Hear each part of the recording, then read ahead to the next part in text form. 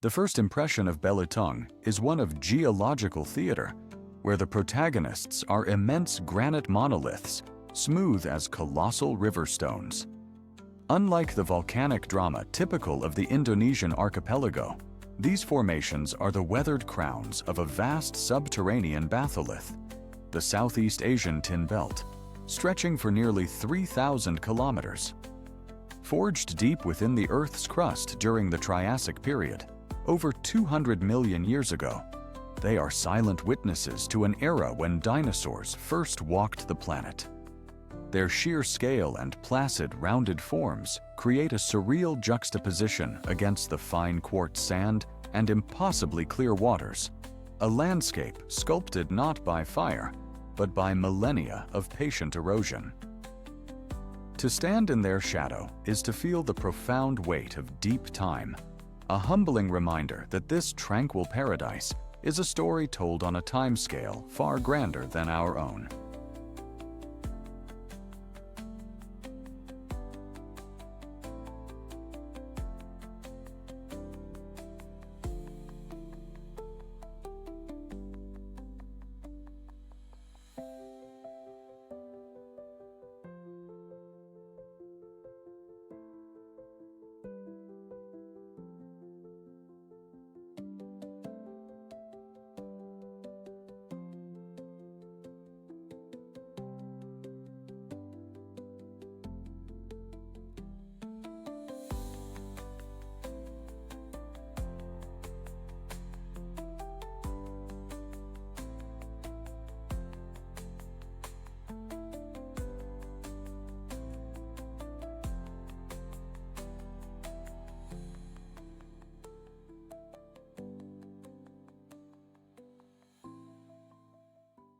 It's difficult to comprehend, but the vast 65-mile fjord we navigate today is a landscape in its infancy, a world born from ice.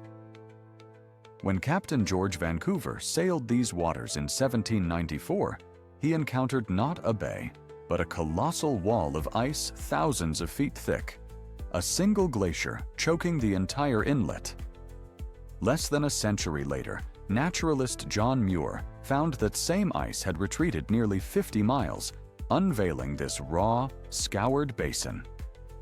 What we are witnessing here is not an ancient relic of the Ice Age, but its immediate aftermath. Every patch of moss, every young alder, is a pioneer on freshly exposed earth, a first draft of a forest. To travel through Glacier Bay is to journey not just through space, but through geological time, watching a planet heal and remake itself at a speed we can actually perceive.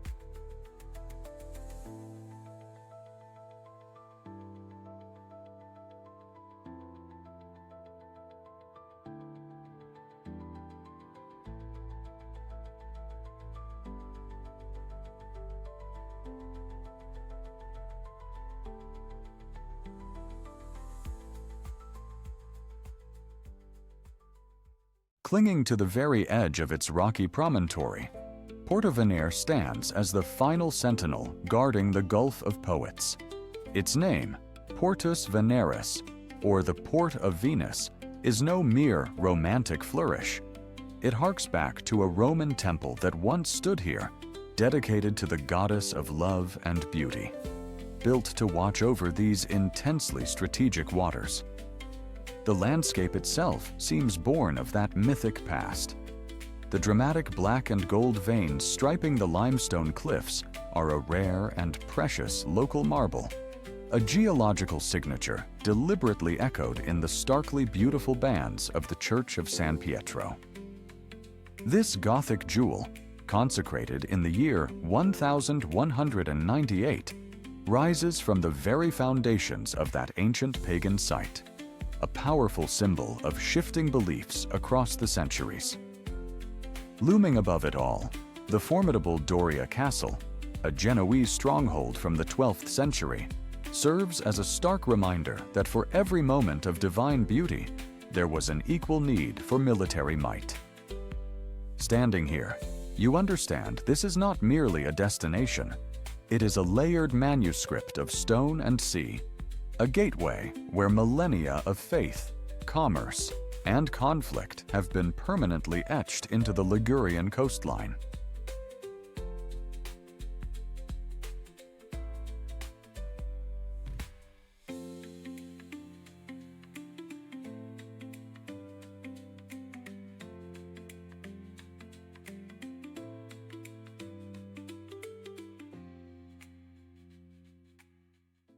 Carved by a colossal glacier more than 15,000 years ago, Lake Wakatipu is more than just a repository of pristine alpine water.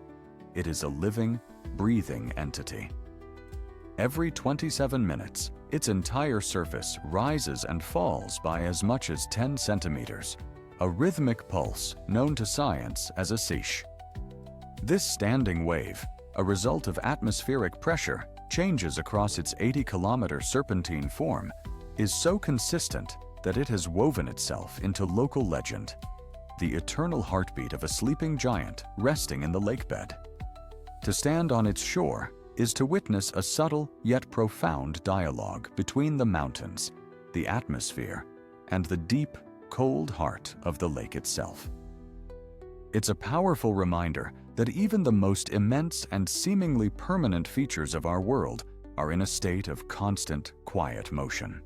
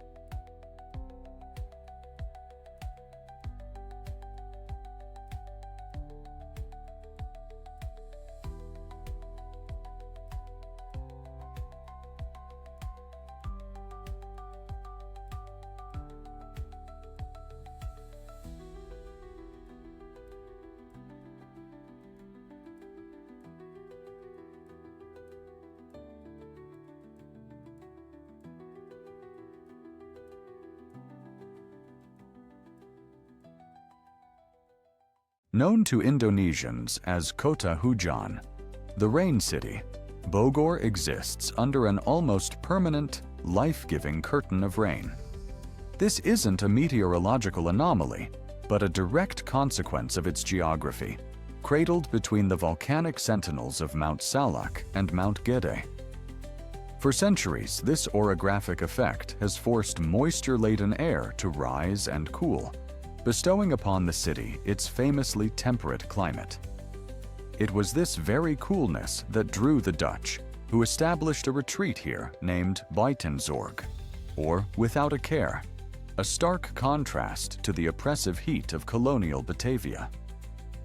The true legacy of this perpetual moisture, however, is the magnificent Bogor Botanical Gardens, founded in 1817. Here the rain is not an inconvenience, but the essential architect of a sprawling, verdant sanctuary, a world-class institution for tropical botany that thrives precisely because of the climate the volcanoes created. The city doesn't just exist in the rain, it was born from it.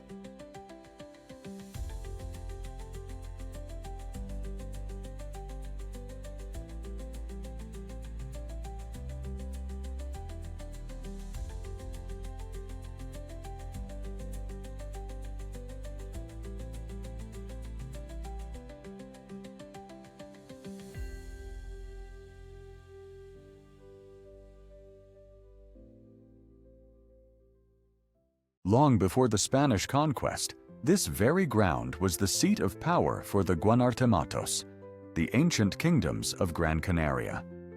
Galdar was not just a settlement, it was a royal court, a center of a sophisticated culture whose most enigmatic legacy lies hidden beneath the modern town, the Cueva Pintada.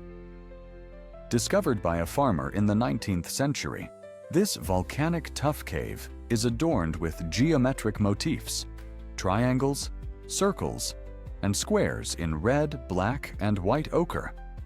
These are not mere decorations. Archaeologists believe they may represent a complex lunar calendar or a form of proto-writing, a silent testament to a society deeply attuned to the cycles of nature. From the summit of the Galdar Mountain, a dormant volcanic cone that dominates the skyline, one can survey the fertile plains that sustained these people for over 1,000 years. The same rich, dark soil that fed the Guanche now supports the banana plantations that stretch towards the Atlantic. It's a powerful reminder that while empires rise and fall, the story of a place is etched not just in stone and pigment, but in the very land that continues to provide, layering one civilization's story directly on top of another.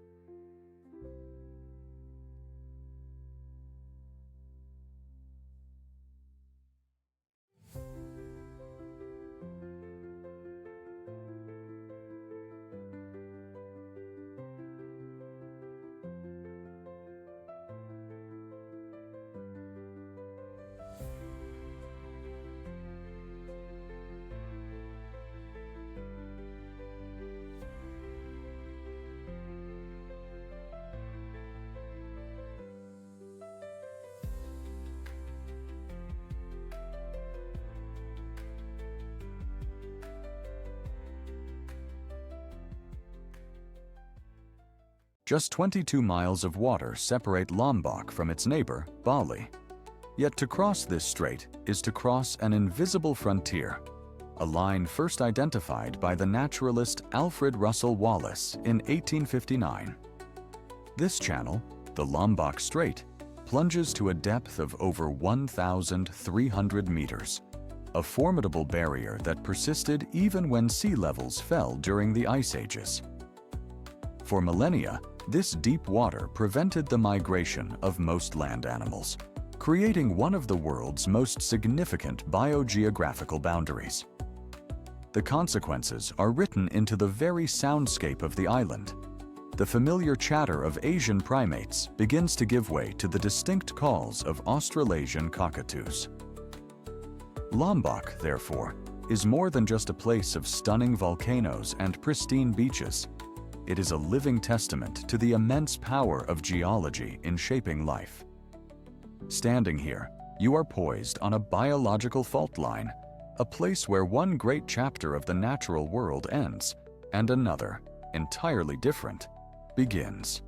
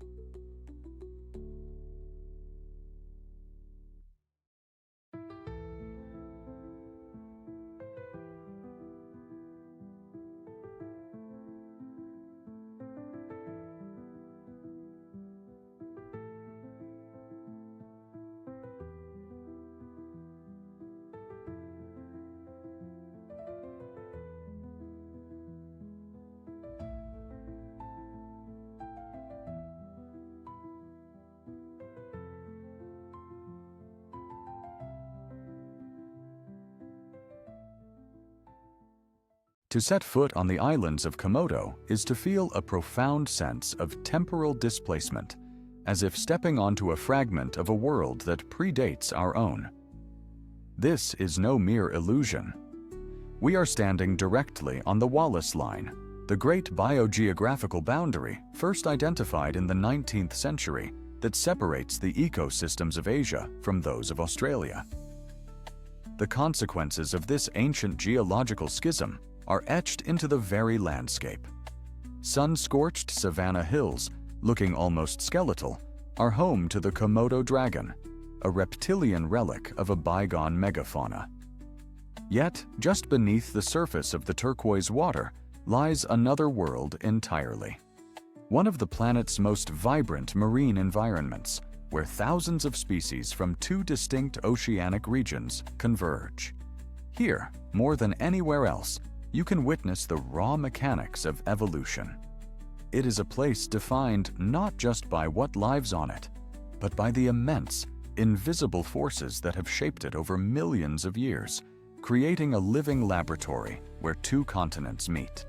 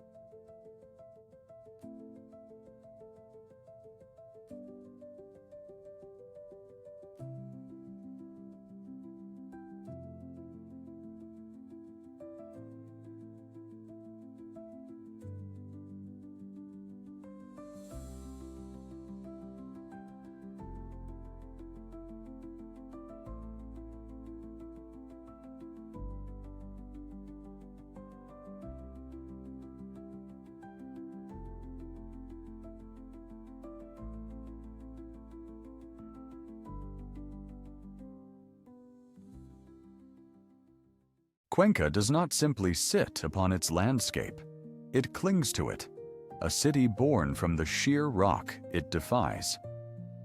The most famous expression of this are the casas colgadas, the hanging houses.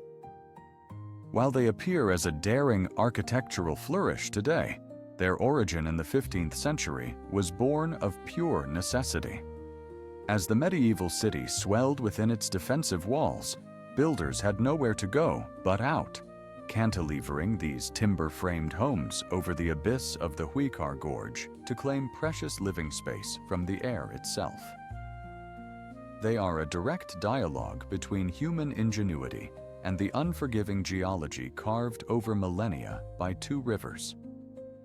The limestone cliffs were not an obstacle to be overcome, but a foundation to be embraced, a vertical canvas for an entire community. To stand here is to understand that Cuenca is more than a collection of buildings. It is a testament to adaptation, a settlement that solved the problem of survival not by taming the wilderness, but by becoming an inseparable part of it.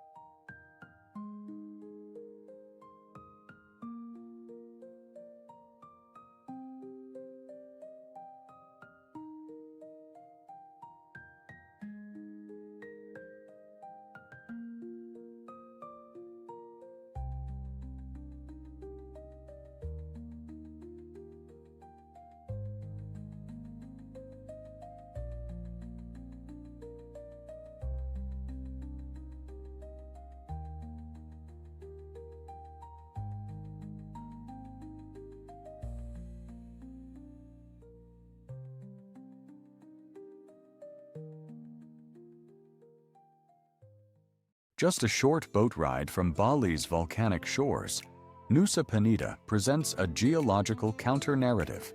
This is not an island born of fire, but one raised from the sea. Composed almost entirely of porous limestone, it is the fossilized heart of an ancient coral reef, lifted from the depths by immense tectonic pressure over millions of years. This geological inheritance is etched into every feature of the landscape. The relentless power of the Indian Ocean has sculpted the soft rock into the breathtaking, near-vertical cliffs and dramatic sea arches we see today. Formations like Angel's Billabong and the collapsed sea cave of Pasi Oog, or Broken Beach, are not sudden acts of creation, but the slow, patient work of water-dissolving stone over countless millennia. It's a landscape so formidable that for centuries the Balinese kingdoms used it as a place of exile, a rugged natural prison where the deep time of the earth and the more fleeting dramas of humanity have carved out a story of their own.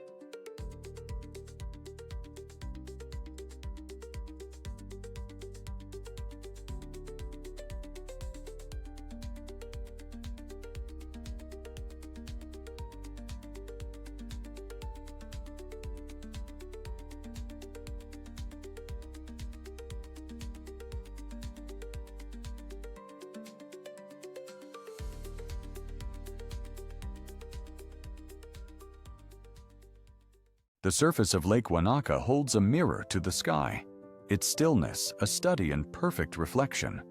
But this profound tranquility belies a creation of unimaginable force. Scarcely 10,000 years ago, a colossal river of ice, a glacier kilometers thick, ground its way through this valley with relentless momentum. It gouged the land, carving a basin so deep it plunges over 300 meters below the surface, a staggering depth hidden from the casual gaze. The sheer, U-shaped walls of the surrounding ranges are the lasting scars of that immense pressure, a geological testament to a power that moves mountains. Today, the meltwater from those same southern Alps fills this chasm, its slow journey through ancient moraine filtering it to an astonishing clarity that defines the lake's character. What we see then is not simply a body of water, but a liquid chronicle of the Ice Age, a deep, silent memory of a world sculpted by ice, now cradling the quiet light of the present day.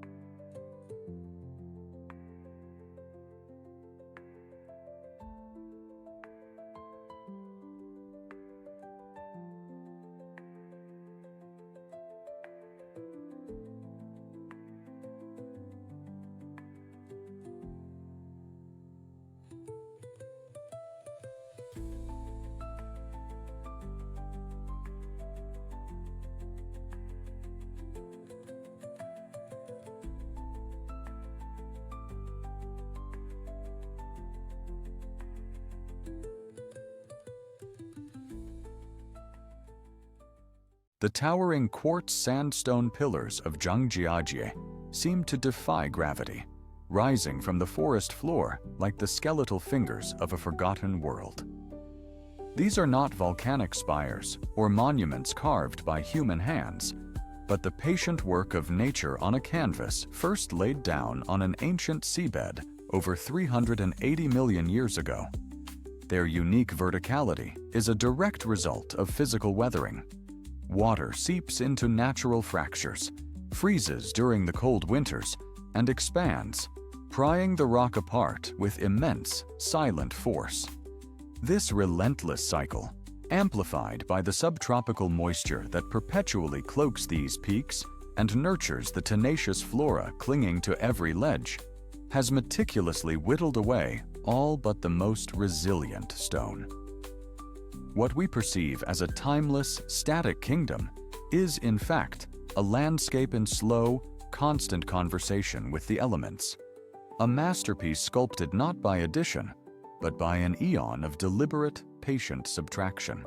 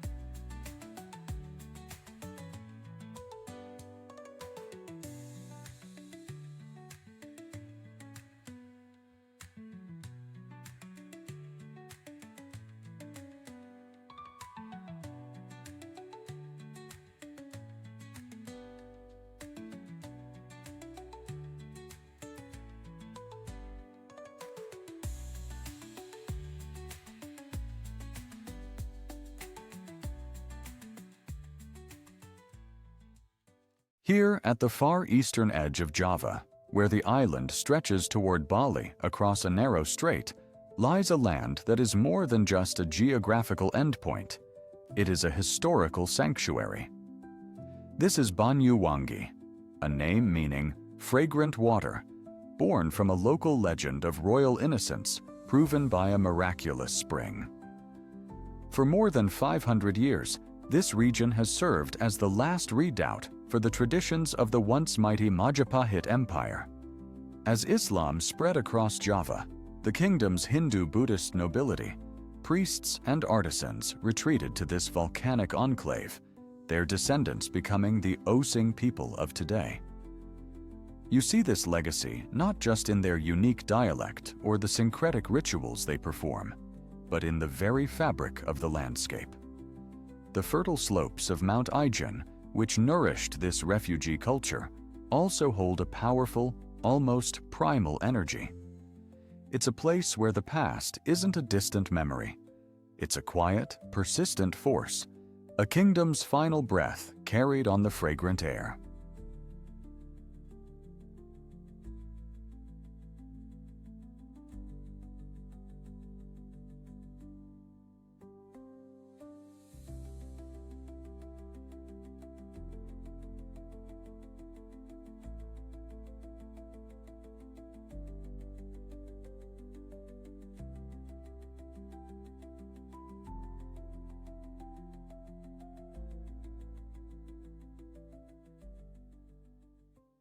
From the shimmering haze of the Kolistan Desert, Darawar Fort emerges not as a ruin, but as a declaration of power.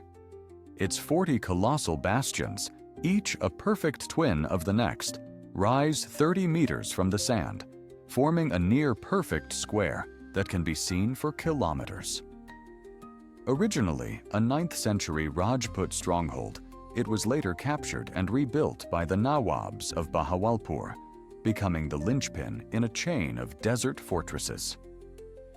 The sheer uniformity of its design is a stark geometric counterpoint to the wild shifting dunes that surround it. But its true genius lies beneath the surface. This wasn't simply a defensive structure. It was the heart of a system designed to control the most precious desert commodity, water. By securing the region's wells, the rulers of Darawar controlled the trade routes, the armies, and life itself. The fort stands today not just as a monument to dynastic ambition, but as a silent chronicle of humanity's enduring struggle to impose order upon a chaotic landscape.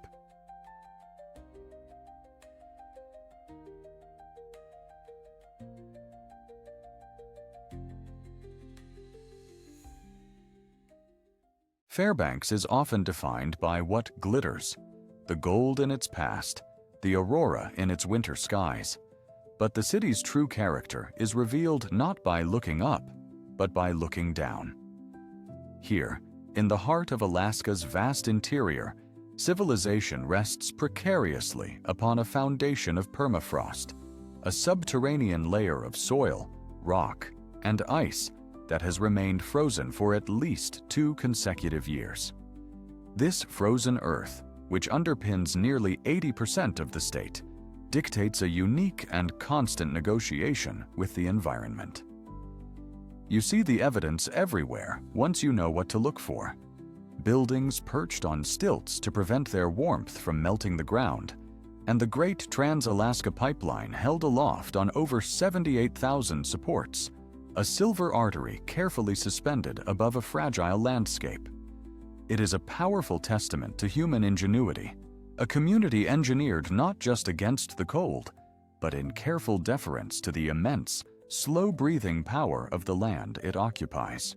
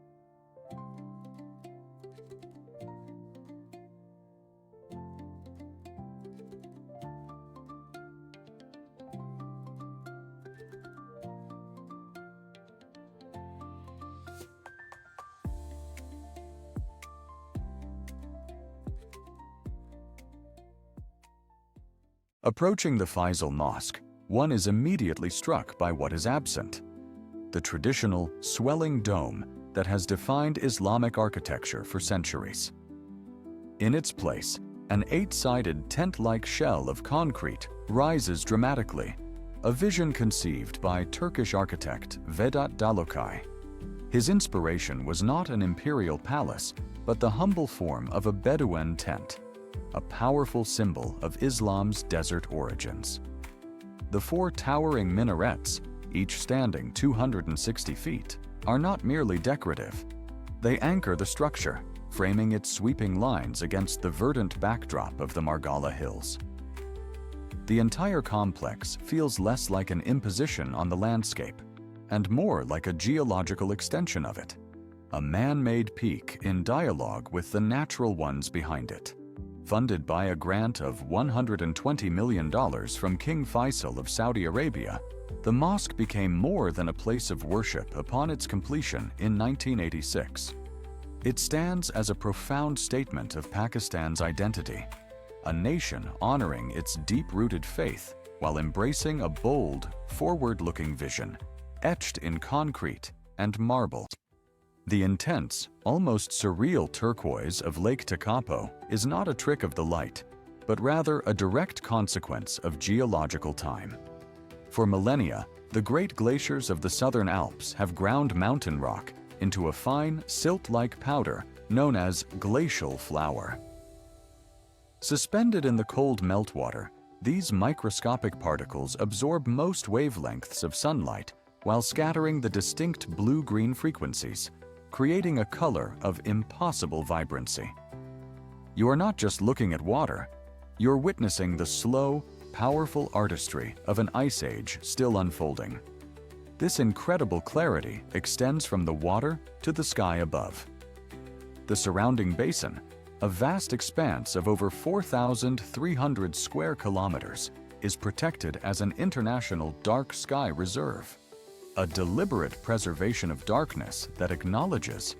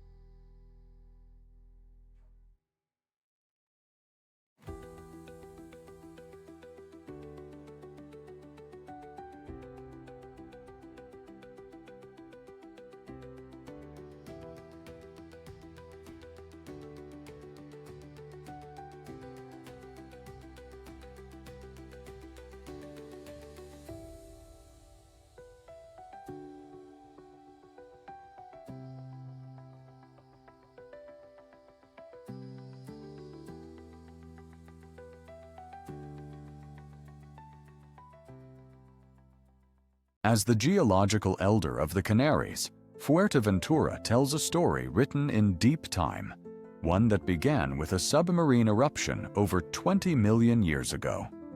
It is the archipelago's foundation stone, a vast shield volcano whose once fiery heart has long since quieted. Unlike its younger, more precipitous siblings, this island has had millennia to settle into its own skin. The relentless work of wind and water has patiently ground down its formidable peaks, sculpting them into the soft, rolling contours and sweeping, ochre-colored plains we see today. This is a landscape that speaks not of violent, explosive creation, but of immense, unhurried transformation. Even the golden dunes of Coralejo are a testament to this patient process, their sands carried on the wind from the Sahara, a constant, whispering reminder of the island's proximity to the African continent. To walk here is to feel the profound stillness of a world shaped by the slow, deliberate breath of geological history, a place where time itself feels tangible.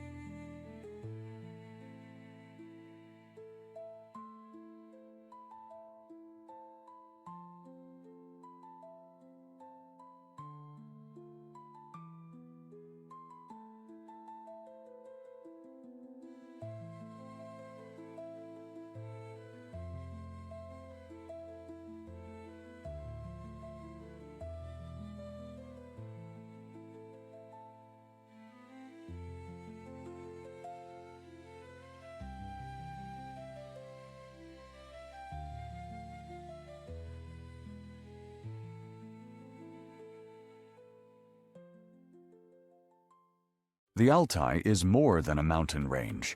It is a vast, open-air archive where continents and cultures have collided for millennia, earning its UNESCO designation as the Golden Mountains.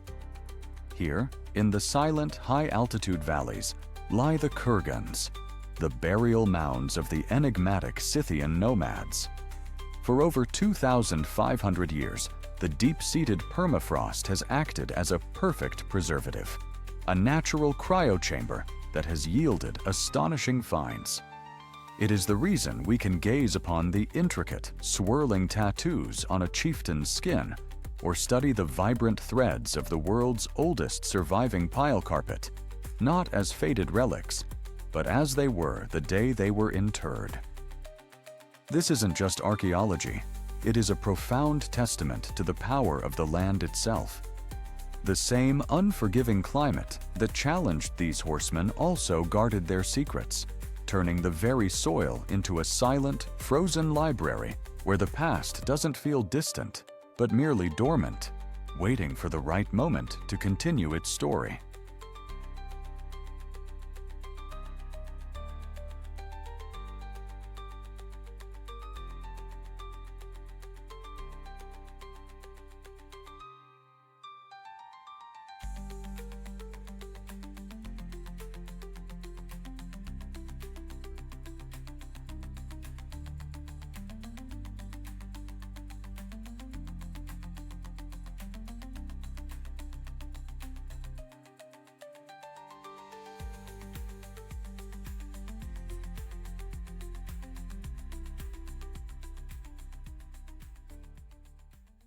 While Florence and Siena often command the Tuscan spotlight, Arezzo has always played by its own rules, a city built on a foundation of quiet, world-altering genius. It was here, in the early 11th century, that the Benedictine monk Guido of Arezzo organized the very language of Western music, devising the staff notation and the solfège scale, the familiar do-re-mi, that allowed melodies to be written down and shared for the first time. This legacy of profound, almost invisible innovation permeates the city's atmosphere, felt in the unique, dramatic slope of the Piazza Grande, which defies conventional geometry, and in the intellectual rigor of Giorgio Vasari's architecture. Arezzo reminds us that the most significant contributions aren't always the loudest. It's a city that didn't just create masterpieces, it composed the very framework upon which countless future masterpieces would be built, a silent score underlying the grand opera of the Renaissance.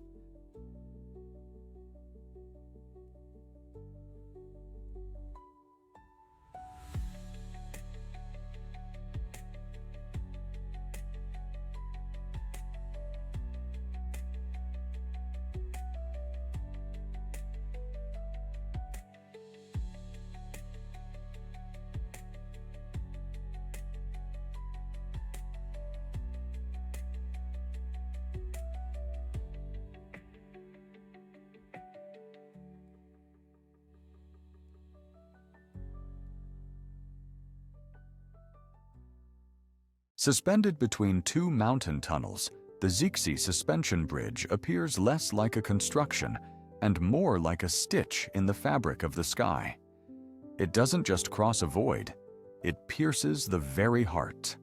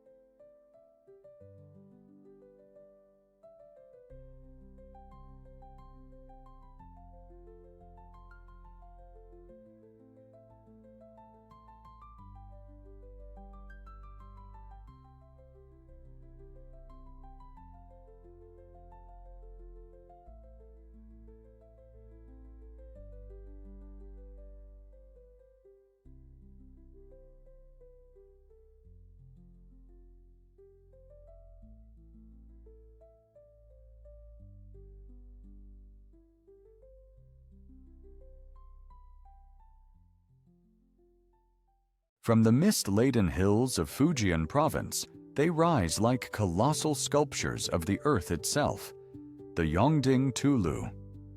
These are not mere buildings, but fortified micro-communities, born from centuries of migration and conflict dating back to the 12th century.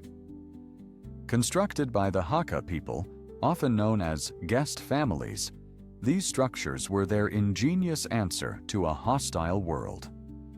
The walls, sometimes over 6 feet thick, are a formidable blend of rammed earth, glutinous rice, and brown sugar, designed to withstand both cannon fire and the passage of time.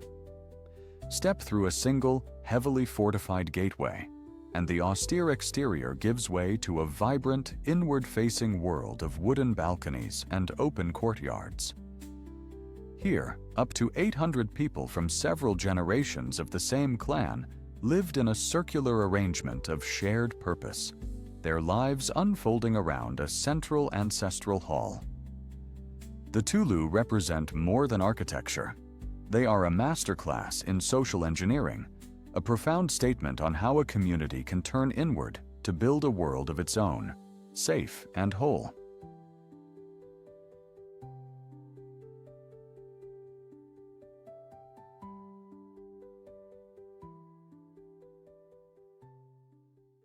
Long before the first infinity pools reflected the tropical sun, Nusa Lembongan's true wealth was cultivated in the shallow straits that separate it from its sister island, Teningan. At low tide, the water recedes to reveal a vast submerged quilt of seaweed farms, a testament to a livelihood intricately woven with the lunar cycle. For generations, families have harvested specific algae species here, which thrive in the constant, nutrient-rich currents of the Indonesian throughflow. This is not merely a local trade. The carrageenan extracted from this harvest is a crucial gelling agent, finding its way into countless global products, from cosmetics to processed foods. To witness the farmers poling their shallow boats through these aquatic plots is to see a different kind of island life, one governed by the pull of the moon rather than the demands of tourism. It's a quiet, profound reminder that this tranquil escape is also a working coastline, where an ancient maritime tradition holds on precariously against the rising tide of modernity.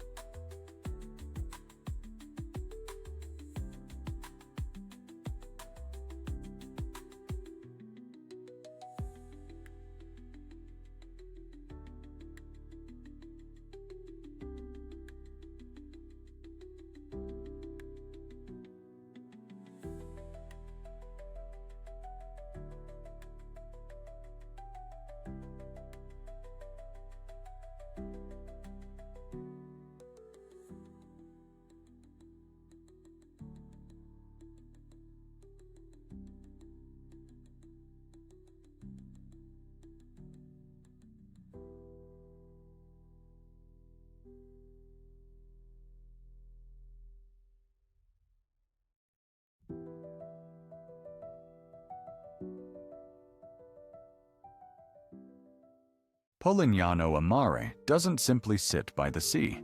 It erupts from it, a cascade of whitewashed buildings clinging to the very edge of a 20-meter-high limestone precipice. This dramatic perch is no accident of architecture, but a story told in stone. The town's foundation is karstic limestone, a porous rock sculpted over millennia by the patient work of water. Its famous cove, Lama Manakil, is the fossilized mouth of an ancient river that carved a path to the Adriatic, which in turn has relentlessly hollowed out a network of sea caves directly beneath the city's foundations. The inhabitants didn't conquer this landscape. They fused with it, building their homes from the very same stone they stand upon, creating a living structure that is both human-made and a product of immense geological time. To stand here is to witness a dialogue between elements, a conversation that has shaped not just a coastline, but a unique and resilient way of life, where the boundary between the natural and the built simply dissolves.